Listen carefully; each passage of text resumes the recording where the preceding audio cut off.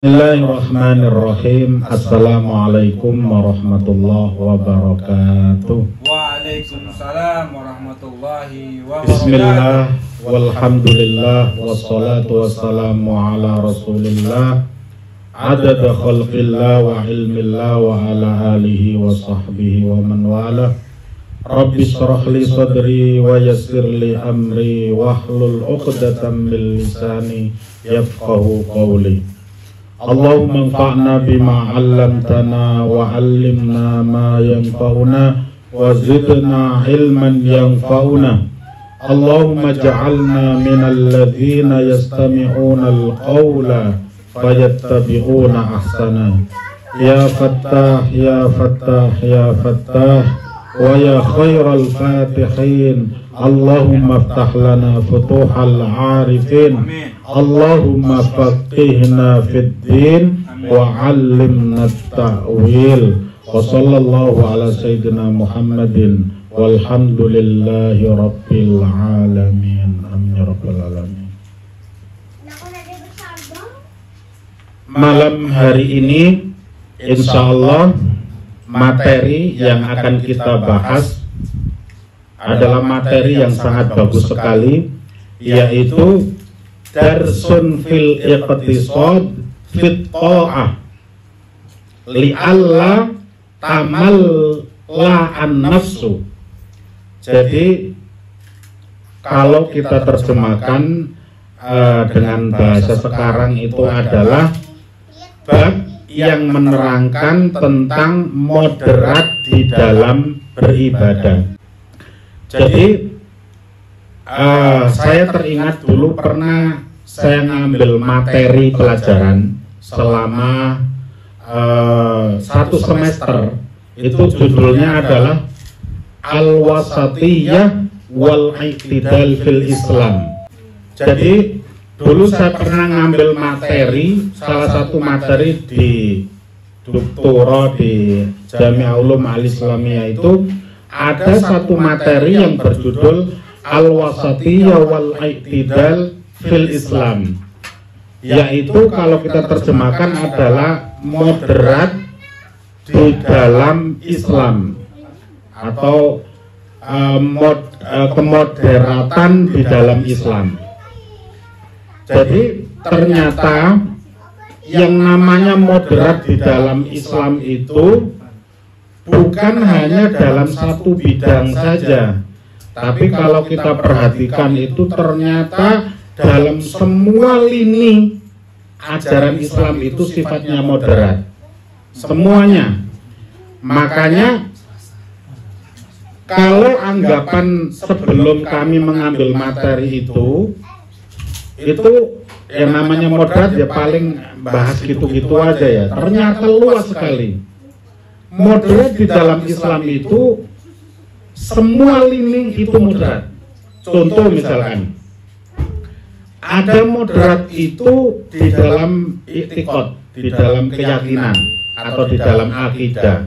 Jadi akidah yang ditawarkan oleh Islam itu dia pertengahan antara agama-agama yang ada.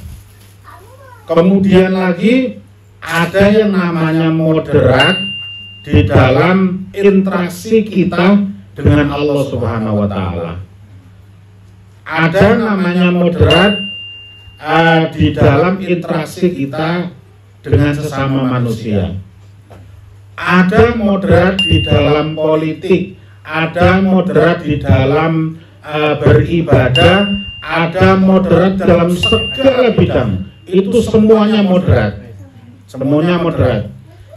Jadi poin yang ingin kita sampaikan atau yang kita ingat itu, setiap ajaran yang ditawarkan di dalam Islam itu pasti punya nilai moderat.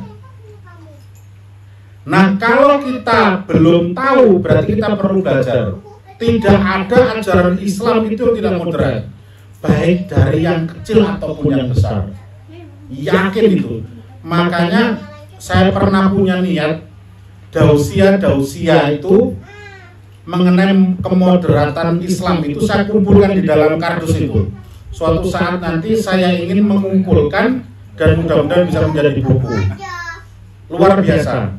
Kemudian poin yang ingin kita sampaikan lagi di dalam bab ini adalah ternyata moderat itu dia punya ciri-ciri, dia punya tanda-tanda, ciri-ciri. Jadi gini, contoh misalkan nih, apakah moderat itu berarti pertengahan? Belum tentu. Selama ini pokoknya kita itu pertengahan antara yang ekstrim dan ini gitu. Nah, selalu pemahaman kita tentang moderat itu pasti pertengahan. Padahal pertengahan atau al-wasatiyah, pertengahan itu al-wasat, itu adalah bagian kecil dari moderat itu sendiri. Bagian kecil sekali. Contoh misalkan nih, Ibu Puji karena banyak uang, akhirnya nawari saya begini, Pak Ikin katanya, Pak Ikin pilih mana? Pilih 1 juta, 2 juta, atau 3 juta gitu. Nah, karena saya tahu dalilnya bahwa khairul umur awsatuha, sebaik-baik perkara adalah yang tengah. Berarti saya milih yang 2 juta, bukan yang 3 juta. Itu bodoh saya. Hah? Ngapain ada yang 3 juta kok saya milih yang 2 juta gitu. 2 juta plus. Nah, jadi tidak semua yang terbaik itu pertengahan.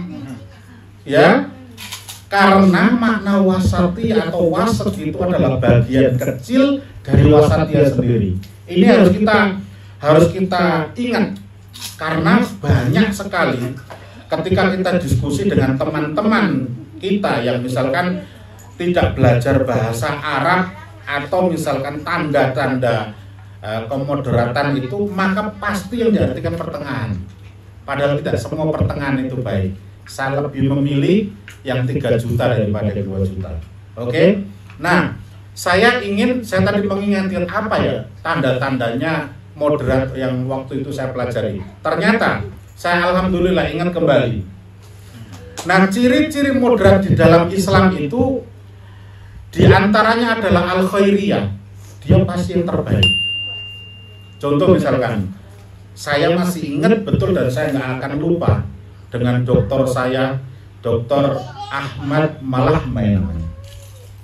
Masih ada sekarang di Jami'ul Ulum Islamiyah. Saya nanya begini, makna dari hadis khairul umur awsatuha itu apa kalau begitu dokter? Dia bilang ala hasab, tergantung konteksnya kepada apa gitu. Tergantung konsepnya pada apa. Nah, artinya apa? Artinya khairul umur awsatuha, sebaik-baik urusan adalah bukan hanya pertengahan, artinya bisa khairiyah yang terbaik, bisa yang paling adil, bisa macam-macam. Makanya malam hari ini saya ingin mengingat kembali ciri-ciri moderat itu apa. Yang pertama, ciri moderat itu khairiyah, pasti terbaik. Makanya nanti kalau kita belajar, sebenarnya harus mendetail itu di dalam akidah itu bagaimana, di dalam muamalah bagaimana, di dalam ibadah bagaimana. Setiap konsep yang ditawarkan oleh Islam pasti yang terbaik. Sifatnya itu khairiyah. Gak mungkin ajaran Tuhan dan tidak terbaik itu. Gak mungkin. Nah, yang kedua, al-adl. Sifatnya moderat di dalam Islam itu pasti dia adil. Dia adil itu apa? Artinya apa? Dia menempatkan sesuatu pada tempatnya. Contoh, waktunya istirahat kemudian kita kerja, salah nggak? Nggak adil itu. Jadi kita misalkan saking semangatnya kita kerja itu lembur sampai subuh gitu. Nggak bisa.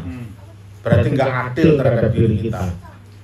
Jadi setiap hal yang tidak adil pasti dia ada korbannya di situ. Ya, ingat-ingat. Setiap hal yang tidak adil maka pasti ada korbannya. Mas gereja misalkan, dia punya toko di sini, Mas Alim dia punya toko di sana. Kalau Mas gereja itu untungnya banyak, pasti tokonya Mas Alim rugi. Tuh, menurut kita baik, tapi ternyata menurut orang lain nggak baik. Pasti ada aja ada korbannya, karena tidak pada penempatannya. Contoh misalkan Mas Gereja buka warung kelontong, padahal Mas Alim di sebelahnya sudah punya warung kelontong. Nah, pasti ada korbannya. Nah, itu nggak boleh di dalam Islam. Kalau kita masih begitu berarti belum moderat kita. Itu contoh kecil. Kemudian ciri khasnya lagi adalah al-yusru wa adamil haraj. Ajaran Islam itu pasti mudah dan tidak menyulitkan. Pasti itu. Contoh misalkan, kita sering mendengar ada sebuah kisah, ya Rasulullah inni waqa'tu zaujati fi Ramadan. Aku ternyata kecelakaan dengan istriku melakukan hubungan badan saat Ramadan gitu. Bagaimana solusinya? Akhirnya kan ini kata Rasulullah, ya kalau gitu kamu itku raqabah, memerdekakan budak gitu.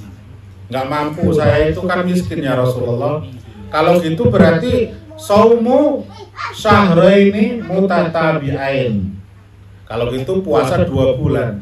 Jangankan 2 bulan, yang sebulan aja jebol ya Rasulullah. Ya kalau gitu it'amu sittina miskinan. Kasih makan 60 orang miskin. Lah aku paling miskin ya Rasulullah katanya. Habis itu Rasulullah, ada orang ini udah nggak tahu diri nih. Mungkin ya kalau bahasa kita ya, tapi Rasulullah nggak begitu. Akhirnya Rasulullah masuk ke dalam rumahnya, ngambil ibaratnya sekeranjang kecil kurma itu.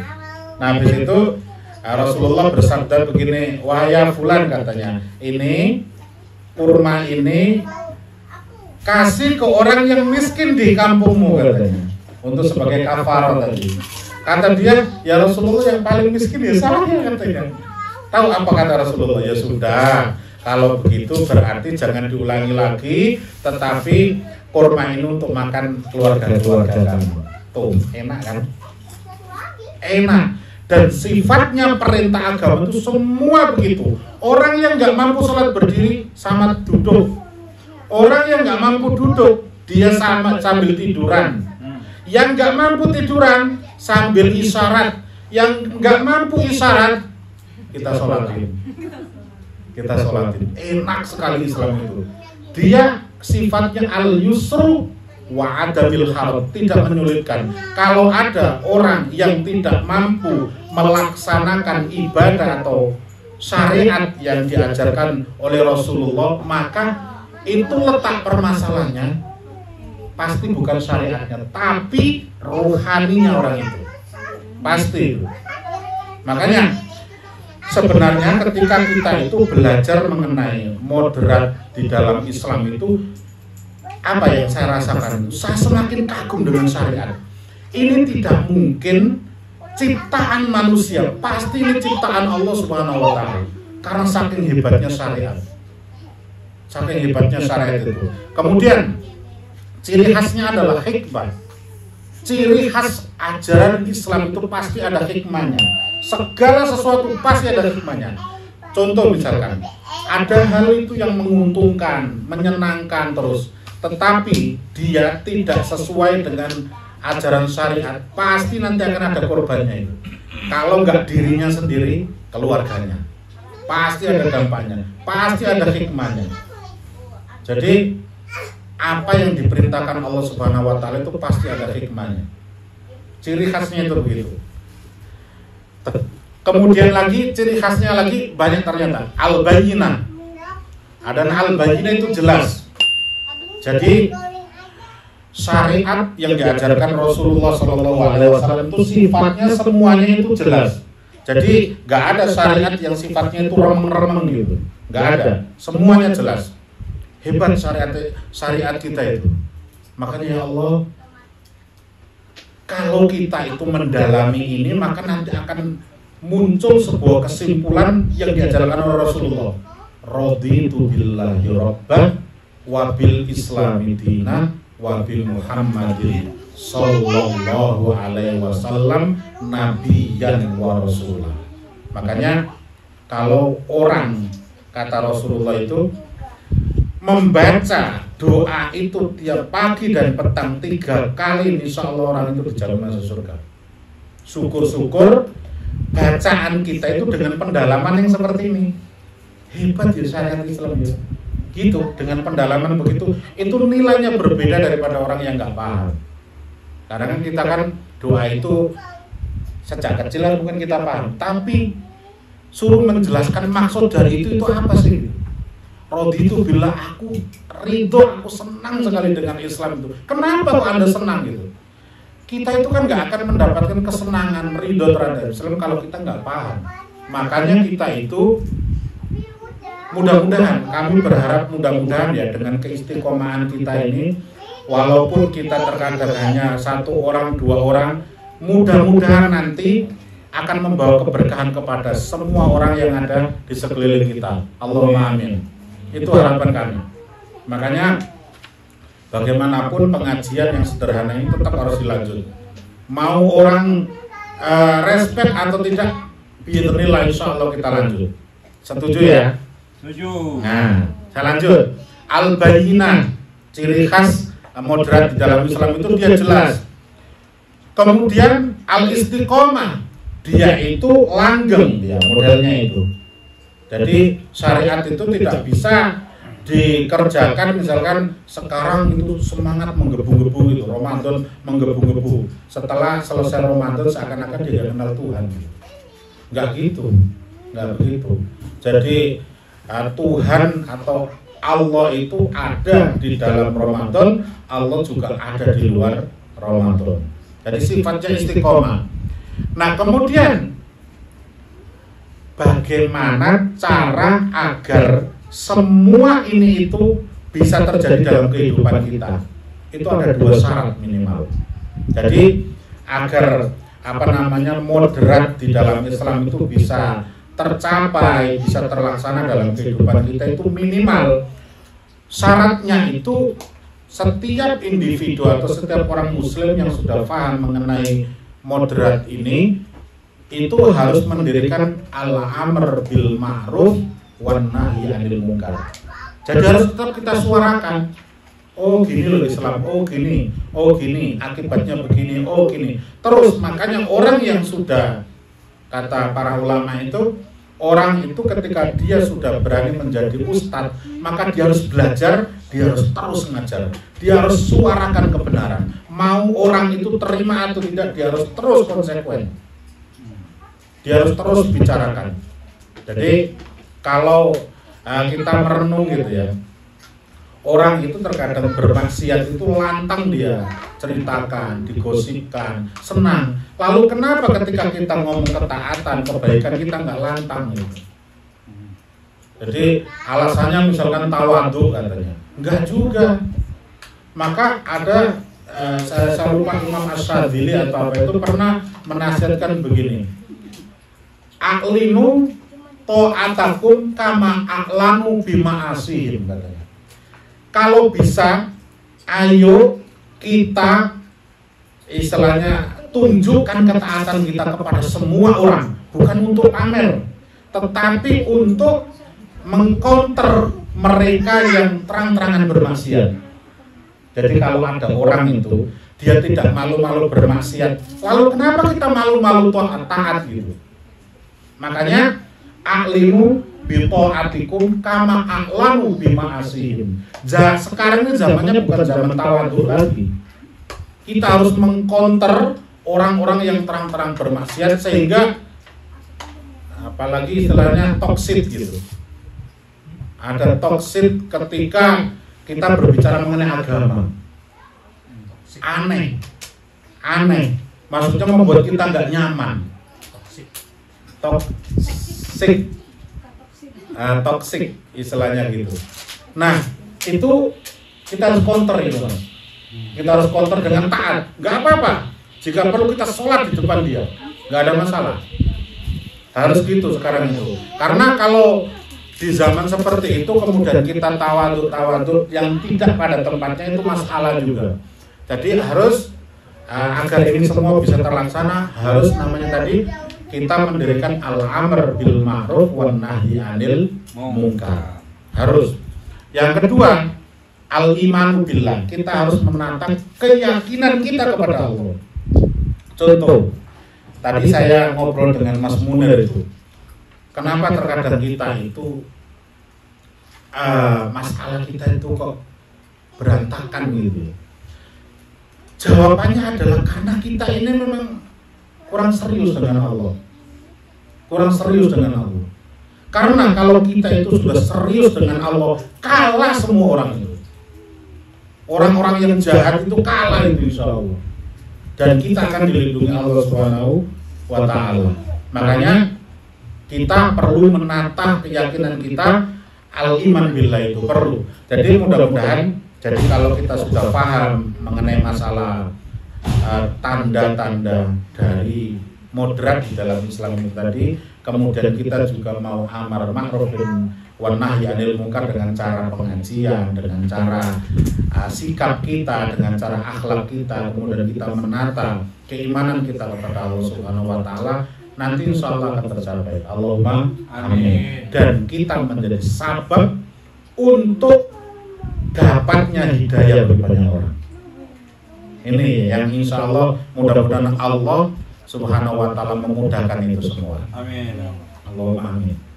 Kemudian lagi, kalau kita belajar mengenai moderat di dalam Islam itu, kita akan tahu betapa perhatian Rasulullah SAW kepada al-umur al-aulawiyat. Jadi hal-hal yang prioritas. Jadi di dalam kehidupan kita itu pasti ada hal-hal yang tidak penting, ada yang penting, ada yang sangat penting. Nah, Rasulullah itu sangat memperhatikan itu, sangat sekali. Nah, sekarang kita masuk ke materi. Ini tadi baru mukaddimah saja, baru mukaddimah. Materinya sekarang. Apakah wasatiyah atau moderat itu memang diajarkan di dalam Islam? Ya jelas kok, jelas.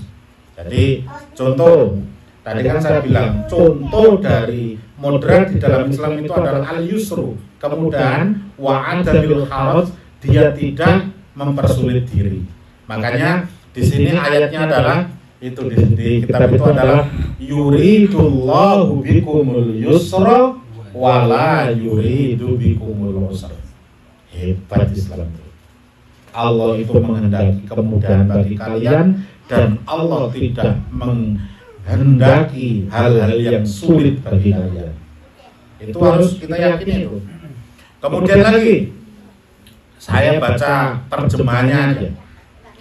Jadi suatu hari Rasulullah itu masuk ke rumahnya. Tiba-tiba Sayyidah Aisyah itu ditemani oleh seorang perempuan di dalam rumahnya itu. Nah, akhirnya Sayyidah Aisyah itu cerita, ya Rasulullah, katanya, tahu nggak siapa perempuan ini, katanya. Perempuan ini itu cerita ke saya, katanya. Dia itu selalu beribadah, pokoknya tiap malam itu selalu qiyamul lail, dia hanya waktunya sedikit sekali untuk istirahat. Kemudian kalau siang dia puasa, kemudian dia sedekah, semuanya sampai waktu istirahatnya atau waktu untuk keluarganya saja kurang. Ibaratnya ceritanya begitu, saking banyaknya ibadah. Tahu nggak? Ketika Rasulullah mendengar cerita yang seperti itu, bukan Rasulullah menyanjung, bukan. Rasulullah bilang mah itu adalah kalimatuz zajr, itu adalah kalimat yang seakan-akan jangan kayak gitu, itu nggak benar, katanya. Bayangkan, ini dalam ibadah loh ya. Apalagi di luar ibadah. Di dalam ibadah saja kita nggak boleh begitu, terlalu ambisius, sehingga karena tadi saya bilang setiap hal yang terlalu itu pasti ada korban, di sisinya pasti ada korban. Contoh, jadi setiap hal yang keterlaluan itu pasti ada korban lainnya, pasti itu. Contoh misalkan nih, ada orang itu yang saking semangatnya ngaji itu sampai nanti subuh itu, sampai nanti jam 3 itu, maka orang yang seperti itu nanti pasti kerjanya pasti ngantuk. Benar nggak Mas Alim? Ya. Benar, pasti. Dan apakah itu benar? Pasti nggak benar itu terlalu nggak boleh yang begitu. Nah, perempuan ini juga begitu. Kata Rasul, jangan begitu. Lanjutannya adalah alaikum bima tutikun. Alaikum bima tutikun. Kalau bisa itu adalah lakukan semampumu. Lakukan semampumu. Nah, saya sering mendengar orang menyalahfahami atau salah paham dalam alaikum bima tutikun. Contoh misalkan saya sering mendengar dari teman saya, ibadah itu kan semampunya Pak. Kalau saya nggak mampu ya udah jangan dibangunin gitu. Misalkan ya, nggak begitu. Lakukan ibadah semampumu itu bukan begitu artinya. Bima tutikun artinya adalah begini. Kalau bahasa Arabnya itu goyatama tastatiun, kerahkan kemampuan terbaikmu. Nah, kalau sudah nggak mampu, itu baru namanya semampumu. Contoh, misalkan kalau kita mampunya 10, maka kerahkan kemampuan kita itu sampai 10. Kalau 11 sudah nggak kuat berarti sudah, yaitu kemampuanmu. Bukan berarti semampumu, padahal kekuatan kita 10, ternyata kita cuma melakukan 5. Itu bukan semampu kita, bukan. Atau misalkan dalam bahasa lainnya itu gini, goyatama tastatiun miqdar ma yumkinu an yuf'ala bimasyaqqah. Jadi kadar di mana kita mampu melaksanakan dengan sangat susah gitu. Itu artinya kita melakukan dengan semampu kita. Jadi jangan disalahpahami. Kemudian hendaknya kamu beribadah itu semampu kamu, kata Rasulullah. Itu terhadap perempuan yang tadi yang diceritakan Sayyidah Aisyah tadi. Wallahi la yamallullahu hatta tamallu. Karena Allah itu bukan berarti ketika kamu ibadah Allah nanti bosan memberikan pahala kepada kamu. Bukan begitu. Artinya Allah itu tidak akan pernah bosan memberikan kita pahala dalam ibadah kita sampai kita itu bosan. Artinya apa? Rahmat Allah wasi'at kulla syai'. Jadi larangan itu bukan berarti karena Allah nggak mampu membalas pahala kalian, bukan. Tetapi itu nggak baik, itu nggak normal, gitu. Nggak normal kalau kalian cara ibadahnya itu seperti itu. Gitu. Jadi lanjutannya wakana ahabbuddin ilaihi ma dawa masohibu alaihi. Jadi agama atau ritual agama yang paling dicintai oleh Allah Subhanahu wa taala itu adalah agama yang dilakukan secara ajeg, secara istiqomah walaupun itu sedikit. Atau dalam bahasa lain itu khairul amal adwamu hawa in qol. Sebaik-baik amal perbuatan itu adalah yang paling istiqomah, yang paling konsisten walaupun itu sedikit. Jadi begitu. Jadi contoh misalkan nih, kalau kita misalkan mampunya itu setelah sholat fardu 2 rakaat, ya 2 rakaat mampunya. Terus tapi ajeg gitu. Jadi bukan misalkan malam ini mumpung semangat mau sholat malam berapa gitu. Terus besok enggak sama sekali. Alasannya karena kemarin kan udah banyak pahala dirapel gitu. Itu seperti Kabayan. Kabayan itu, cerita Kabayan itu kan ketika mau berangkat Jumatan itu dia jalan sendiri 1, 2, 3, 1, 2. Tiba-tiba maaf nih, Kabayan itu kentut pus gitu. Nah akhirnya pas nyampe masjid itu dia bilang begini di dalam hatinya, saya wudhu lagi atau enggak ya? Nah kenapa kok wudhu lagi? Tadi kan gak ada yang dengar katanya. Tadi nggak dengar. Saya wudhu lagi kan? Kayaknya nggak perlu dia wudhu lagi katanya. Habis itu dia ingat lagi, duh, tadi kan saya itu wudhunya 2 kali. Kalau saya batal sekali berarti masih sekali. Itu kabarnya. Itu kabarnya. Jadi bukan begitu dalam beramal itu, bukan. Nggak bisa dirapel begitu.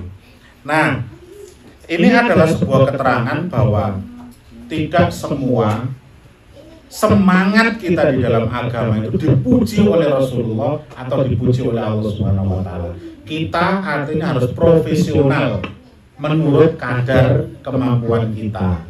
Jadi kalau orang yang sudah punya tanggung jawab mencari nafkah, ya ibadahnya secukupnya. Jangan sampai kita saking semangatnya ibadah, kemudian nafkah kita terbengkalai. Masalah juga. Sayyidina Umar itu pernah memarahi orang yang wiritan terus di dalam masjid itu. Padahal wiritan kan baik. Wiritan kan baik. Karena ternyata pas ditanya itu begini, kamu kok wiritan terus di dalam masjid itu, lalu yang ngasih nafkah itu siapa? Ternyata saudaranya. Makanya kata Sayyidina Umar itu, orang yang paling banyak pahalanya adalah saudara kamu. Tuh, ini kan mengajarkan kita itu profesional. Makanya saya itu yakin betul walaupun saya juga belum mampu melakukan, tapi itu harapan saya kepada Allah Subhanahu wa taala bahwa orang itu yang semakin serius memegang agama, maka harusnya dia itu semakin berkualitas. Harusnya semakin berkualitas. Karena ajaran agama itu seperti ini, profesional sekali gitu. Saya lanjut. Kemudian lagi, ini hadis yang sangat terkenal sekali bahwa ada salah satu rohtin, ada beberapa orang ya. Rohtin itu dalam bahasa Arab bisa 3 orang sampai 10. Tiba-tiba ada beberapa orang, 3 atau 10 itu datang ke rumah Rasulullah. Habis itu menanyakan, mereka bertanya kepada istri Rasulullah, wahai zaujatin Nabi, ya zaujatan Nabi, wahai istri Rasulullah, bagaimana sih ibadah Rasulullah atau keseharian Rasulullah begitu. Ternyata pas disebutkan itu, mohon maaf, mereka itu kayak meremehkan. Rasulullah ibadahnya cuma gitu doang. Jadi tiap harinya itu maaf nih, bekerja, kemudian beribadah, waktunya kumpul sama keluarga dia kumpul, waktunya tidur, waktunya bangun. Cuma gitu aja, ibaratnya gitu. Kalau aku itu semalaman nggak tidur, aku qiyamul lail. Kalau aku lagi katanya, dia bilang lagi yang kedua itu, dia bilang aku tidak ngumpuli istriku sama sekali. Hebat katanya. Rasulullah ibaratnya masih begitu ibaratnya. Kemudian lagi yang terakhir. Nah, yang terakhir dia bilang gini, kalau aku itu somat dahr, aku selalu puasa setahun full kecuali Idul Fitri, Idul Adha, karena itu nggak boleh. Ini namanya puasa dahr, itu hukumnya makruh, nggak boleh. Makanya di dalam Islam itu ada namanya puasa-puasa yang disunahkan, seperti puasa al-bait dan lain sebagainya itu ya, yang 13, 14, 15 dalam tiap bulan, atau puasa Senin Kemis, atau puasa Syahrul Muharram yang 4 itu. Nah itu sebenarnya disunahkan. Tapi kalau puasa sepanjang tahun tuh hukumnya makruh, kalau kata para ulama. Saya lanjut lagi ya. Itu tadi ada orang yang datang ke rumah Rasulullah dengan seperti itu tadi, ingin menunjukkan dan seakan-akan meremehkan apa yang dilakukan oleh Rasulullah SAW. Jadi yang nomor pertama, dia tidak tidur, dia sholat malam terus. Kemudian dia tidak mengumpuli istrinya. Kemudian dia puasa terus menerus. Apa kata Rasulullah? apa yang dilakukan oleh Rasulullah. Nah, di dalam riwayat sini nggak diceritakan. Saya baca di syarah yang lain itu, wah ini bahaya kalau ada orang punya pemahaman seperti ini. Nanti bisa-bisa Islam ini salah pahami bahwa Islam itu adalah mengajarkan kerahiban. Bahaya nih, bahaya. Ini sangat sangat mendasar sekali nih. Kalau sampai dipahami bahaya. Akhirnya dalam keterangan yang lain itu Rasulullah akhirnya mengumpulkan para sahabatnya yang ada di situ, dikumpulkan semuanya. Karena ini hal penting, hal yang sangat hasasi, hal yang sangat sensitif. Kalau seandainya disalahpahami, nanti bahaya. Bahaya. Akhirnya Rasulullah itu kumpulkan semua para sahabatnya, kemudian Rasulullah so'idal mimbar, kemudian yakhtub, ceramah. Nah, ceramahnya bunyinya Alhamdulillah, terus amma ba'du dan lain sebagainya begitu. Jadi ceramah kita itu Alhamdulillah, wassalatu wassalamu ala Rasulillah wa ala alihi wa sahbihi wa man wala amma ba'd. Itu niru Rasulullah. Jadi Rasulullah khutbah di situ, wahai ketahuilah tadi ada orang begini dan ketahuilah bahwa itu bukan ajaranku. Aku, kata Rasulullah, orang yang paling baik di antara kalian. Aku orang yang paling bertakwa di antara kalian semuanya ini. Tetapi aku, celahnya, aku kadang puasa, aku juga kadang berbuka. Oke ya. Aku kadang waktunya tidur, kadang waktunya bangun, saya bangun. Dan aku juga menikahi perempuan. Jadi kalau ada orang berkeyakinan di dalam ajaran Islam itu mengajarkan kerahiban sehingga dia tidak menikah, itu dipastikan pasti salah. Pasti salah. Makanya kalau aku saja seperti itu, maka faman raghiba an sunnati falaisa minni. Nah, barang siapa yang tidak suka ridho dengan sunnahku, aturanku, maka dia tidak termasuk bagianku. Nah, ini juga banyak disalahgunakan ya. Jadi seakan-akan orang yang tidak mengikuti sunnah Rasulullah itu berarti dia bukan umat Rasulullah. Nah, itu kan serem itu. Jadi jangan begitu, jangan disalahpahami begitu. Jadi seakan-akan kalau ada orang melakukan seperti itu, ya udah berarti dia bukan umat Nabi Muhammad. Artinya nggak begitu. Artinya adalah dalam hal itu, nah gitu aja. Jangan diluaskan. Artinya dalam hal itu dia tidak mengikuti jalanku. Kan ada ini ayat ini atau hadis ini disalahgunakan, orang yang seperti itu berarti dia keluar Islam. Nah bahaya itu, bukan begitu. Jadi harus dibatasi bahwa kalau ada orang begitu berarti dalam hal itu dia tidak mengikuti aturanku. Nah kemudian itu ya, itu yang penting. Makanya sampai Rasulullah khutbah. Lanjutannya, inna dina yusrun, ketahuilah bahwa agama itu sangat mudah. Walam yusaddad dina illa ghalaba.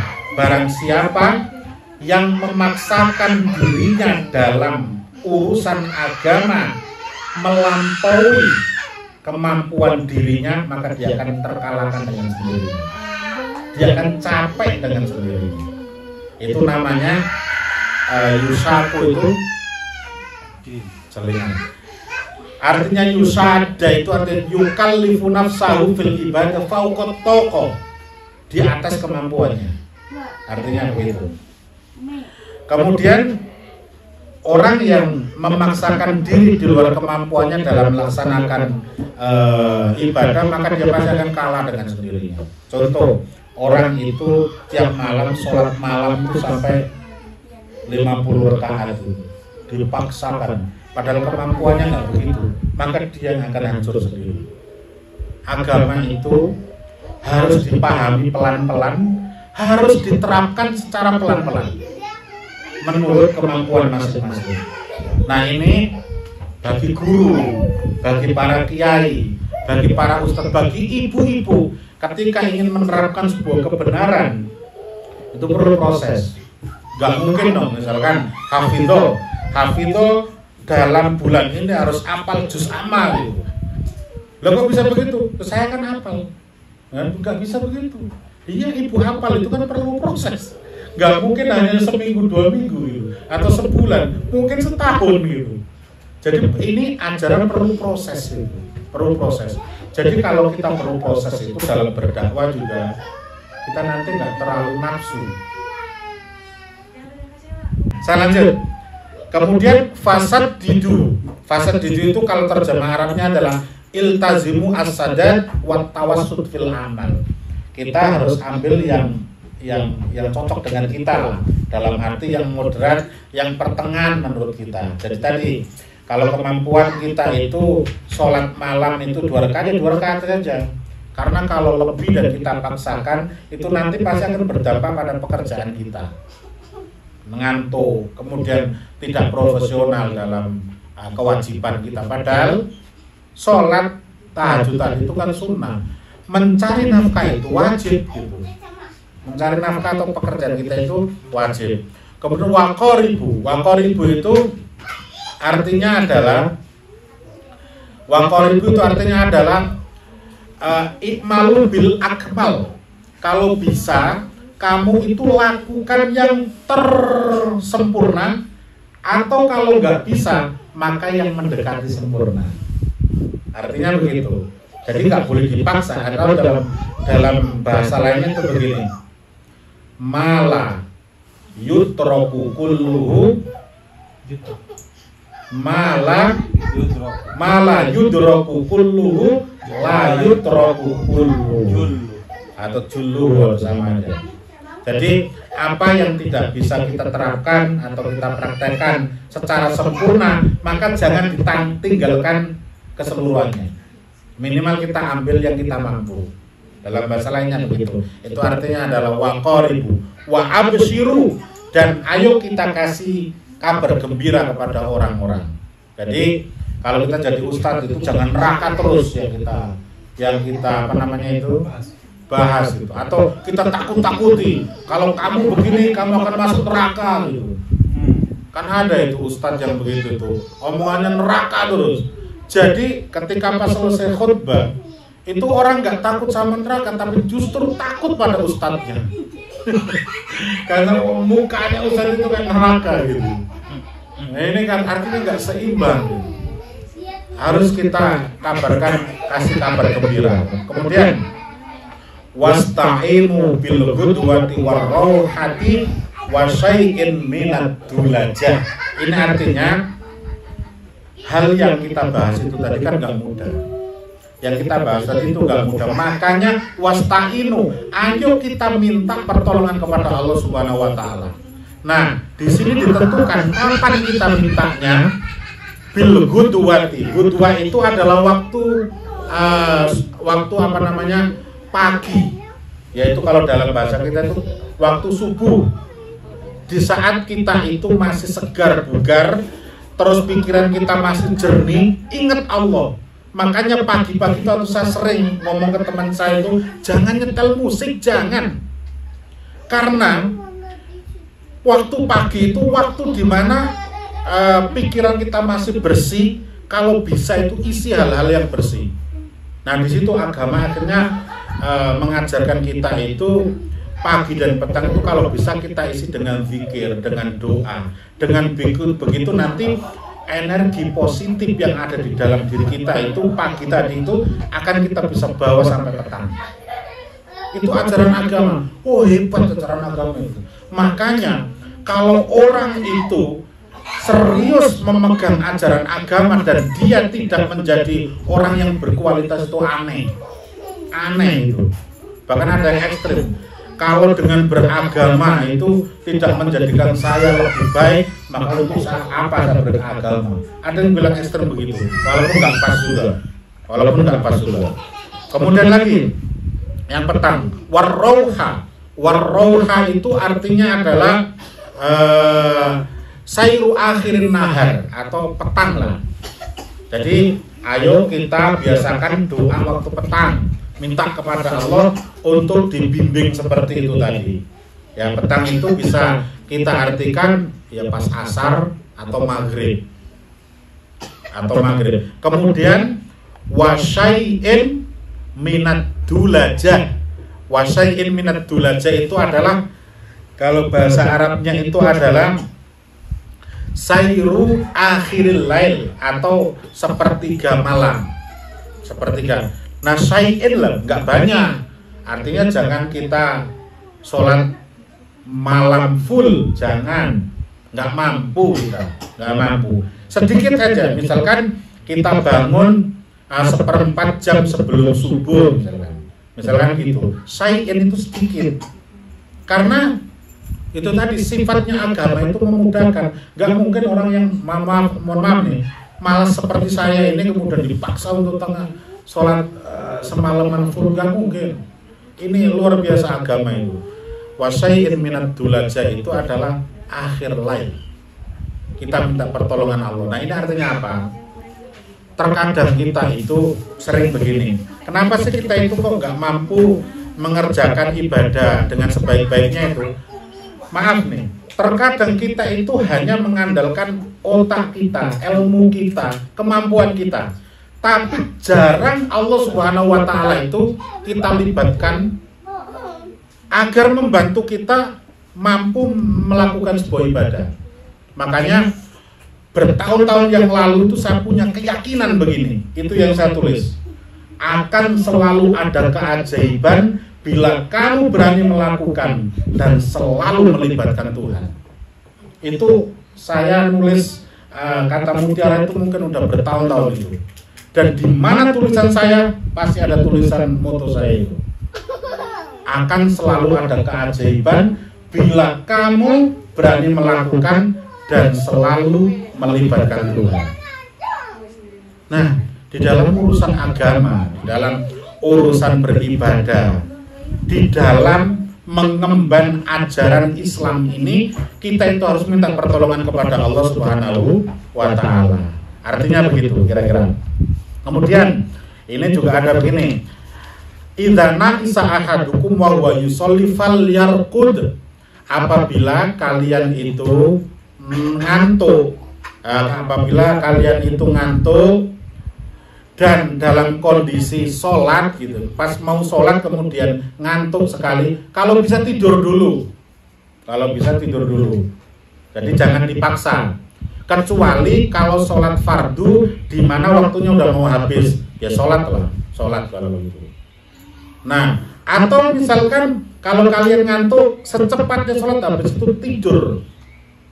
Tuh, itu urusan sembahyang nggak perlu dipaksa. Falyarqud, hendaknya kalian tidur dulu. Hatta yadhhaba anhun naum, sampai kita itu nggak ngantuk, baru sholat lagi kemudian fa inna ahadakum idza shalla wa huwa na'is. Apabila orang itu memaksakan dalam kondisi ngantuk, bisa jadi dia akan ngelantur sholatnya. Atau bisa kebalikan, dia berdoa harusnya untuk kebaikan dirinya, ternyata dia berdoa karena ngantuk malah menjerumuskan dirinya. Nah, ini kenapa? Di dalam bahasa Arab itu ada alaikum. Alaikum itu pasti jelek, ilaikum pasti baik. Nah, hanya bedanya itu aja. Alaikum pasti jelek biasanya gitu. Nah, ini adalah anjuran bahwa kita itu jangan memaksakan diri. Ngantuk ya tidur lah, istirahat. Sampai begitu loh. Urusan agama ini, apalagi nanti kita kaitkan dengan urusan-urusan yang bukan agama. Kemudian kuntu usolli ma'an nabi. Ada sahabat itu yang selalu sholatnya bersama Rasulullah. Fakanat sholatuhu qasdan wa khutbatuhu qasdan. Nabi itu ciri khas Rasulullah, kalau sholat pasti pertengahan, nggak pernah kepanjangan, nggak pernah kependekan. Khutbahnya juga nggak pernah kepanjangan, nggak pernah kependekan. Qasdan itu artinya gitu. Makanya Bang Boem pernah nanya saya itu, yang dimaksud kenapa sih sholat kok lama-lama gitu. Saya dukung. Jadi Rasulullah itu kalau untuk urusan khutbah dan sholat itu pernah menegur atau bahkan sering menegur orang yang sholatnya kepanjangan. Tapi Rasulullah gak menegur orang yang sholatnya pendek. Enggak ya. Jadi makanya ada di hadis sebelumnya itu, kalau kita masih ingat, ada seorang sahabat itu kalau ngimamin itu selalu pakai kulhu, Mas. Mau rakaat pertama, kedua kulhu terus. Nah akhirnya dilaporkan kepada Rasulullah. Nah inilah riwayat ini yang kadang kita bawa ke kita itu, karena kita yakin dengan riwayat ini setiap sholat kita pasti cepat gitu. Pasti cepat. Nah akhirnya dilaporkan kepada Rasulullah, kenapa kamu sholat kok selalu pakai kulhu katanya. Akhirnya dia jawab begini, karena kulhu itu ada sifat Tuhan dan aku senang membaca atau mengingat sifat Tuhan. Qul huwallahu ahad, Allahus samad, lam yalid wa lam yulad wa lam yakul lahu kufuwan ahad. Tahu nggak akhirnya turun wahyu? Gara-gara itu turun wahyu begini. Kabarkan kepada orang yang ngimamin selalu pakai kulhu itu, fa innallaha yuhibbu, Allah mencintai dia. Makanya Mas, kalau kita sholat pakai kulhu itu sudah benar, Mas. Tapi kalau kita sholat pakai bakoroh itu masalah itu, Mas. Karena itu mengganggu orang yang lain.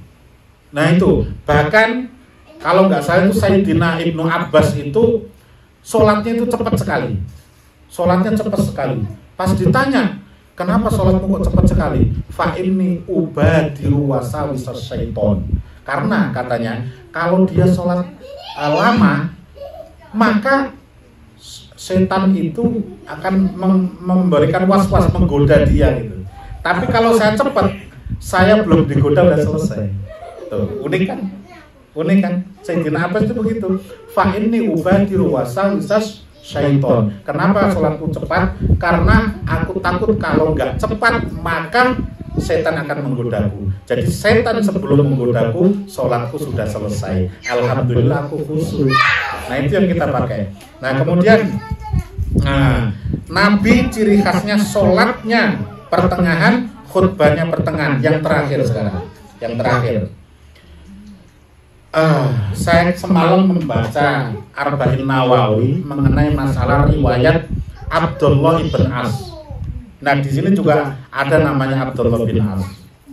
Abdullah bin As itu saking semangatnya beribadah, cintanya kepada Allah Subhanahu Wa Taala itu tadi selalu sholat, selalu puasa, kemudian selalu yang ibadah terus lah, sampai bapaknya, bapaknya itu nanya kepada istrinya, wahai menantuku katanya, gimana suamimu? Akhirnya istrinya itu jujur, Pak, suamiku itu soleh banget. Gara-gara saking solehnya aku tuh nggak pernah disentuh sama sekali. Itu Abdullah bin As. Nah kalau kita kan kebalikan, mungkin kalau kita kan mungkin kebalikan masalahnya. Jelasin dulu. Saya Mas Alim beda, Mas Alim enggak. Beda tafsir. Ini Abdullah bin As saking semangatnya ibadah gak pernah nyentuh istrinya gitu. Sampai istrinya mau saya larang kok ibadah, gak dilarang kok saya gak pernah disentuh, gak pernah mendapatkan hakku. Akhirnya bapaknya itu sowan kepada Rasulullah dan mengadu kepada Rasulullah, anakku, sahabatmu ini yang kau cintai, dia ahli dalam termasuk min kibari sahabat Abdullah bin As itu dipanggil oleh Rasulullah. Nah, kata Rasulullah begini, ya Abdullah, alam bir annaka tasumu an-nahar wa taqumul lail. Mengenai masalah bukankah kamu sudah tahu sebenarnya gitu. Fala taf'al. Jadi katanya kamu jangan begitu. Kamu boleh begitu, ngono ya ngono tapi ojo ngono. Paham kan? Paham. Ya kamu boleh beribadah tapi jangan terlalu. Kata Rasulullah begini, sum wa aftir, puasalah dan berbukalah. Oke ya. Wakum wanam, sholatlah malam dan kamu juga harus tidur. Tuh enak kan? Fa inna li jasadika alaika hak, karena badanmu punya hak atas dirimu, keluargamu punya hak atas dirimu. Wa inna li ainika alaika hak, matamu punya hak untuk tidur. Wa inna li zaujika alaika hak, istrimu juga punya hak terhadap dirimu. Masya Allah. Makanya moderat di dalam Islam itu indah sekali. Mudah-mudahan nanti apa yang saya ceritakan dausia yang saya ada itu nanti saya kumpulkan, terus mudah-mudahan jadi sebuah buku indah Islam itu. Dan insya Allah kalau kita belajar mengenai moderat di dalam Islam itu, yang semua ada di dalam lini ajaran agama ini, niscaya nanti kita akan punya sebuah kesimpulan bahwa raditu billahi robban wa bil islami dina wa bi Muhammadin sallallahu alaihi wasallam nabiyyan wa rasulah. Mudah-mudahan Allah memberikan kekuatan kita untuk bisa melaksanakan ini semua. Allahumma amin. Aqulu qawli hadza wallahu a'lam bissawab. Wassalamualaikum warahmatullahi wabarakatuh.